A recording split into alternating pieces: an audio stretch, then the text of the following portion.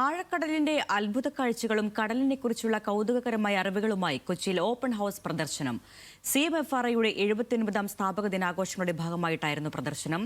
തിമിംഗലം, ഡോൾഫിൻ ഉൾപ്പെടെയുള്ള കടൽ സസ്തനികളെക്കുറിച്ചുള്ള പ്രത്യേക മറൈൻ മാമൽ പവലിയനായിരുന്നു ഓപ്പൺ ഹൗസിന്റെ പ്രധാന ആകർഷണം.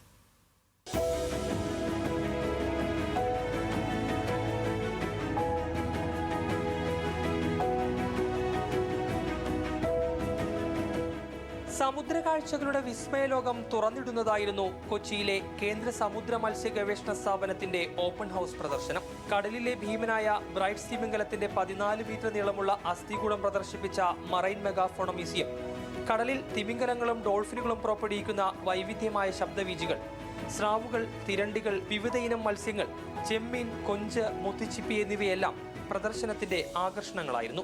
ഇന്ത്യയിലെ തന്നെ ഈ ബ്രൈറ്റ്സ് വെയിലിന്റെ രണ്ടാമത്തെ സ്കെൽട്ടനാണ് ഇവിടെ ഇരിക്കുന്നത്. കേരളത്തിലെ ബ്രൈറ്റ്സ് വെയിലിന്റെ ആദ്യത്തെ സ്കെൽട്ടനുമാണ് അസംബിൾ ചെയ്തേക്കുന്നത്. ഫുൾ സയന്റിഫിക്കലി തന്നെ 54 വെർട്ടബ്രയിനകത്തുണ്ട്.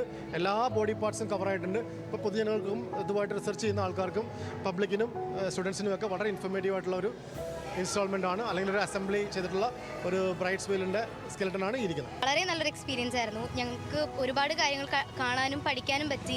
ടെക്സ്റ്റ് ബുക്കിൽ കണ്ടു പഠിച്ചിരുന്ന കുറേ വായിച്ച് പഠിച്ചിരുന്ന സംഭവങ്ങൾ നമുക്ക് നേരിട്ട് കാണാൻ പറ്റി.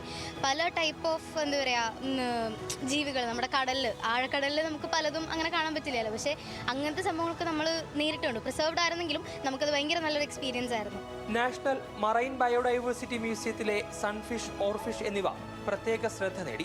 കടലാഴങ്ങളിലെ ജൈവ വൈവിധ്യങ്ങളും CMFRI നടത്തിവരുന്ന ഗവേഷണ പഠനങ്ങളും സന്ദർശകർക്ക് നേരിട്ട് പരിചയപ്പെടാനുള്ള അവസരം കൂടിയായിരുന്നു ഈ പ്രദർശനം.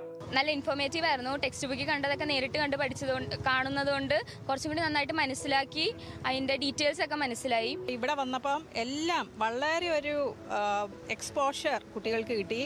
അവർ വളരെ ഹാപ്പിയാണ്.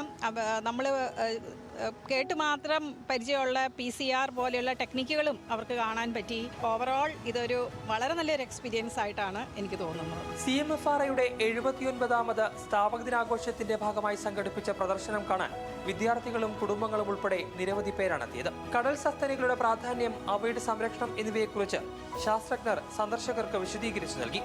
കാർഷിക അനുബന്ധ മേഖലകളിലെ ഉന്നത പഠന സാധ്യതകളും തൊഴിൽ അവസരങ്ങളും പരിചയപ്പെടുത്തുന്ന പ്രത്യേക സെഷനും ഓപ്പൺ ഹൗസിന്റെ ഭാഗമായി ഒരുക്കിയിരുന്നു.